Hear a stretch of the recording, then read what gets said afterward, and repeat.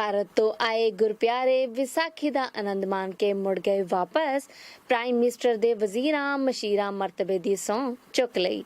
Chief election commission ਦੇ ਖਿਲਾਫ reference ਦਾਇਰ ਕਰਾਂਗੇ। ਇਮਰਾਨ ਖਾਨ ਦਾ ਐਲਾਨ।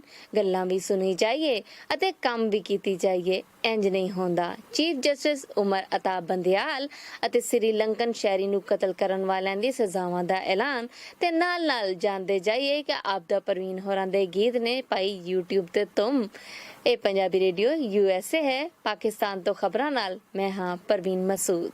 ਦੁਨੀਆ ਭਰ ਤੋਂ ਵਿਸਾਖੀ ਦੇ ਤਿਉਹਾਰ ਤੇ ਆਏ ਸਿੱਖ ਯਾਤਰੀ ਅੱਜ ਤੋਂ ਵਾਪਸ ਜਾਣਾ ਸ਼ੁਰੂ ਹੋ ਗਏ ਨੇ।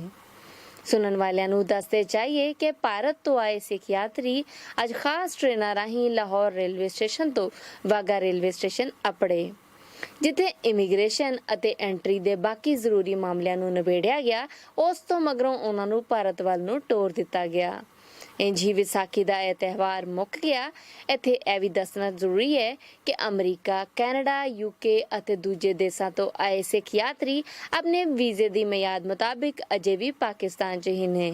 ਪਾਕਿਸਤਾਨ ਤੋਂ ਭਾਰਤ ਅਪੜਨ ਵਾਲੇ ਸਿੱਖ ਯਾਤਰੀਆਂ ਦਾ ਜਾਂਦਿਆਂ ਹੋਇਆਂ ਆਖਣਾ ਸੀ ਕਿ ਅਸੀਂ ਇੱਥੇ ਬੜਾ ਪਿਆਰ ਸਮੇਟਿਆ ਅਤੇ ਥੋੜੇ ਵੇਲੇ 'ਚ ਬਹੁਤੀਆਂ ਯਾਦਾਂ ਇਕੱਠੀਆਂ ਕਰਕੇ ਲੈ ਚੱਲੇ ਹਾਂ। ਉਹਨਾਂ ਦਾ ਆਖਣਾ ਸੀ ਕਿ ਅਰਦਾਸ ਕਰਨੇ ਹਾਂ ਕਿ ਰੱਬ ਬਾਰ-ਬਾਰ ਇੰਜ ਦਾ ਮੌਕਾ ਲਿਆਏ ਤੇ ਅਸੀਂ ਫੇਰ ਮੱਥਾ ਟੇਕਣ ਆਈਏ। ਸ਼ਹਿਬਾਜ਼ ਸ਼ਰੀਫ ਹੋਰਾਂ ਦੇ ਪ੍ਰਾਈਮ ਮਿਨਿਸਟਰ ਬਣਨ ਮਗਰੋਂ ਉਹਨਾਂ ਦੇ ਵਜ਼ੀਰਾਂ ਮਸ਼ੀਰਾਂ ਦਾ ਜੱਥਾ ਬਣਨਾ ਅਜੇ ਬਾਕੀ ਸੀ ਤੇ ਇਸ ਮਾਮਲੇ ਤੇ ਉਹਨਾਂ ਦੀ ਆਪਣੇ ਇਤਿਹਾਦੀਆਂ ਨਾਲ ਗੱਲਬਾਤ ਚੱਲ ਰਹੀ ਸੀ। ਸੁਣਨ ਵਾਲਿਆਂ ਨੂੰ ਦੱਸਦੇ ਚਾਹੀਏ ਕਿ ਅੱਜ ਉਹਨਾਂ ਨੇ ਆਪਣੇ ਵਜ਼ੀਰਾਂ ਮਸ਼ੀਰਾਂ ਦਾ ਚੁਣਾਵ ਕਰ ਲਿਆ ਹੈ। ਇੱਥੇ ਦੱਸਣਯੋਗ ਗੱਲ ਇਹ ਹੈ ਕਿ ਪਾਕਿਸਤਾਨ ਦੇ ਪ੍ਰੈਜ਼ੀਡੈਂਟ ਆਰਿਫ ਅਲਵੀ ਹੋਰਾਂ ਨੇ ਉਹਨਾਂ ਵਜ਼ੀਰਾਂ ਮਸ਼ੀਰਾਂ ਤੋਂ ਉਹਨਾਂ ਦੇ ਮਰਤਬੇ ਦੀ ਸਹੁੰ ਨਹੀਂ ਲਈ, ਜਿਸ ਤੋਂ ਮਗਰੋਂ ਚੇਅਰਮੈਨ ਸੈਨੇਟ ਸਾਜਿਦ ਸੰਜਰਾਨੀ ਨੇ ਇਹਨਾਂ ਵਜ਼ੀਰਾਂ ਮਸ਼ੀਰਾਂ ਦੇ ਮਰਤਬੇ ਦੀ ਸਹੁੰ ਲਈ। ਵਜ਼ਾਰਤਾਂ ਦੀ ਵੰਡ ਕੁਛ ਇਸ ਤਰ੍ਹਾਂ ਹੈ। ਖਾਜਾ ਮੁਹੰਮਦ ਆਸਿਫ ਵਜ਼ੀਰ ਨੇ, ਅਹਿਸਨ ਇਕਬਾਲ ਹੋਰੀ ਮਨਸੂਬਾਬੰਦੀ ਤੇ ਤਰੱਕੀ ਦੇ ਵਜ਼ੀਰ ਬਣੇ। ਰਾਣਾ ਸਨਾਉल्ला खान इंटीरियर मिनिस्टर बन गए ने। सरदार अयाज सादिक होरी भी वजीर बन गए ने।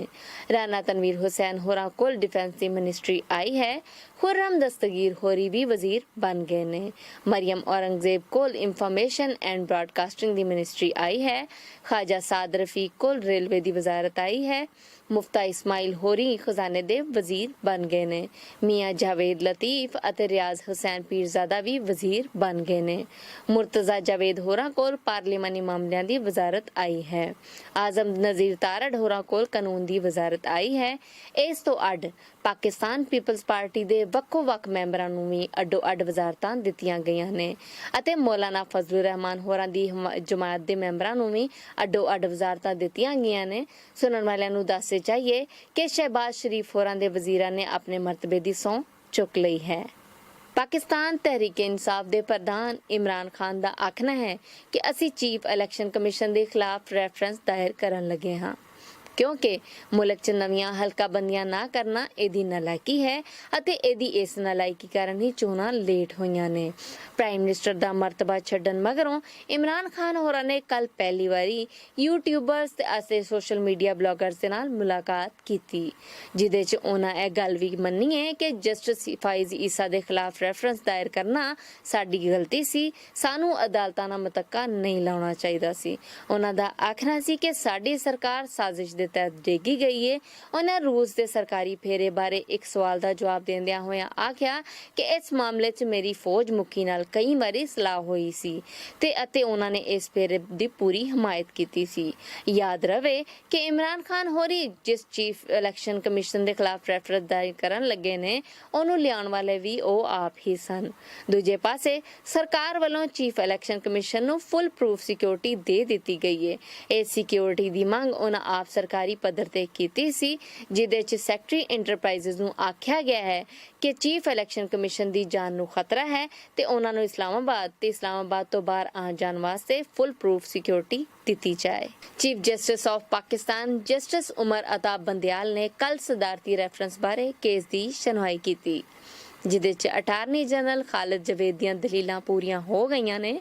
ਇਸ ਰੈਫਰੈਂਸ 'ਚ ਮੰਗ ਕੀਤੀ ਗਈ ਹੈ ਕਿ ਸਿਆਸੀ ਵਫਾਦਾਰੀਆਂ ਬਦਲਣ ਵਾਲੇ ਮੈਂਬਰਾਂ ਤੇ ਉਮਰ ਪਰ ਸਿਆਸਤ ਤੇ ਪਾਬੰਦੀ ਲਾਈ ਜਾਏ।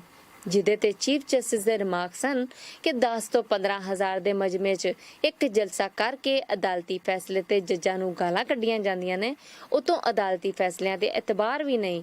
ਤੁਸੀਂ ਸਾਡੇ ਵੱਲ ਆਉਂਦੇ ਹੀ ਕਿਉਂ ਜੇ? ਆਪਣੇ ਫੈਸਲੇ ਵੀ ਪਾਰਲੀਮੈਂਟ 'ਚ ਹੀ ਨਿਬੇੜ ਲਿਆ ਕਰੋ। ਜਸਟਿਸ ਜਮਾਲ ਹੋਰਾਂ ਦਾ ਆਖਣਾ ਸੀ ਕਿ ਵਫਾਦਾਰੀਆਂ ਬਦਲਣ ਵਾਲੇ ਕੰਮ ਦਾ ਮੁੱਢ ਵੀ ਸਿਆਸਤਦਾਨਾਂ ਨੇ ਹੀ ਬਣਿਆ ਹੈ ਤੇ ਇਹਦੇ 'ਚ ਗੁੰਝਲ ਵੀ ਉਹਨਾਂ ਆਪ ਹੀ ਪਾਈ ਹੋਈ ਹੈ। ਇਸ ਕਾਨੂੰਨ ਦੇ ਤਹਿਤ ਉਮਰ ਪਰ ਸਿਆਸਤ ਕਰਨ ਤੇ ਪਾਬੰਦੀ ਦਾ ਅਸੂਲ ਵੀ ਕਿਤੇ ਤੈਅ ਨਹੀਂ ਹੋਇਆ।